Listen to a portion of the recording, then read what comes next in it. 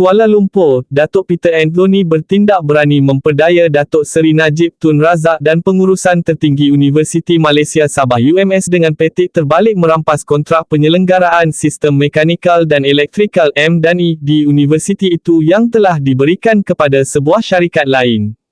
Kontrak hampir 25 juta ringgit itu pada asalnya tidak diberikan kepada Asli Jati Engineering sendirian.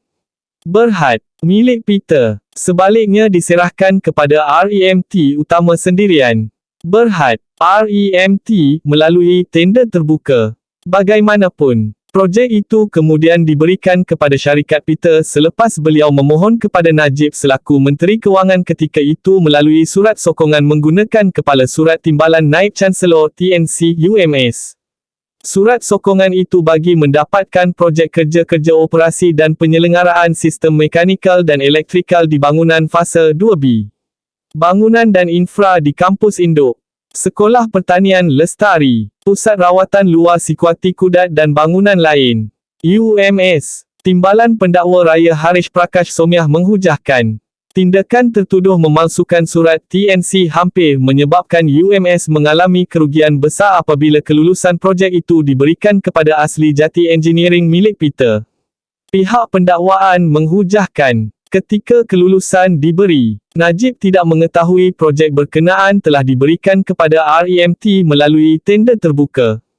Selain Najib, turut diperdaya ialah Timbalan Naib Chancellor Akademik dan Antarabangsa UMS, Profesor Dari Sharif Abdul Kadir S. Omang SP8 dan pendaftar UMS. Kol K. Datuk Abdullah Muhammad Said SP9.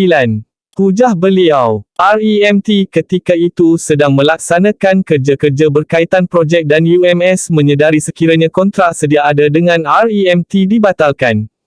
UMS terdedah kepada tindakan undang-undang dan boleh disaman jutaan ringgit.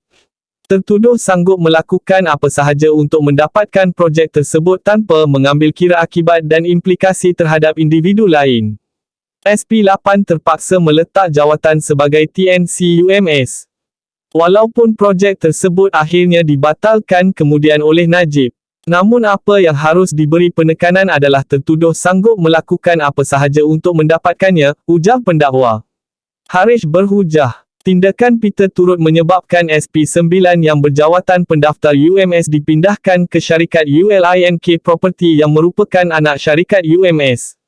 Sehubungan itu, pihak pendakwaan memohon mahkamah menjatuhkan hukuman penjara dalam lingkungan 3 dan 5 tahun dan denda di antara RM30,000 dan RM50,000.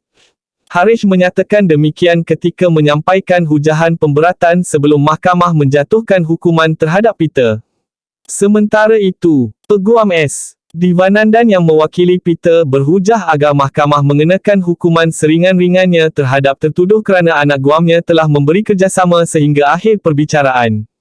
Pihak pembelaan turut memohon mahkamah mempertimbang bahawa Asli Jati Engineering milik Peter telah banyak membantu ratusan pelajar kurang berkemampuan di UMS. Ujar Divanandan, anak guamnya seorang pemimpin parti politik dan mempunyai reputasi sempurna dalam kalangan masyarakat. Selepas hukuman dijatuhkan, peguam belum memohon denda RM50,000 ditangguhkan pembayarannya sehingga minggu hadapan. Bagaimanapun, Timbalan Pendakwa Raya Datuk Wan Shaharuddin Wan Ladin membantah permohonan itu atas alasan tiada keadaan istimewa yang mewajarkan mahkamah membenarkan penangguhan.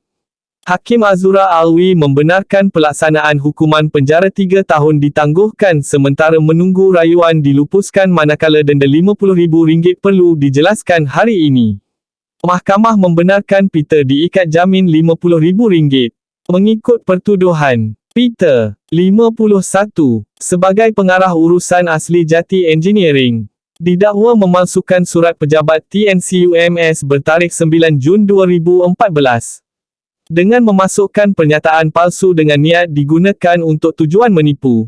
Dia dituduh melakukan perbuatan itu di Pejabat Ketua Setiausaha Sulit kepada Perdana Menteri. Bangunan Perdana Putra, Putrajaya antara 13 Jun dan 21 Ogos 2014.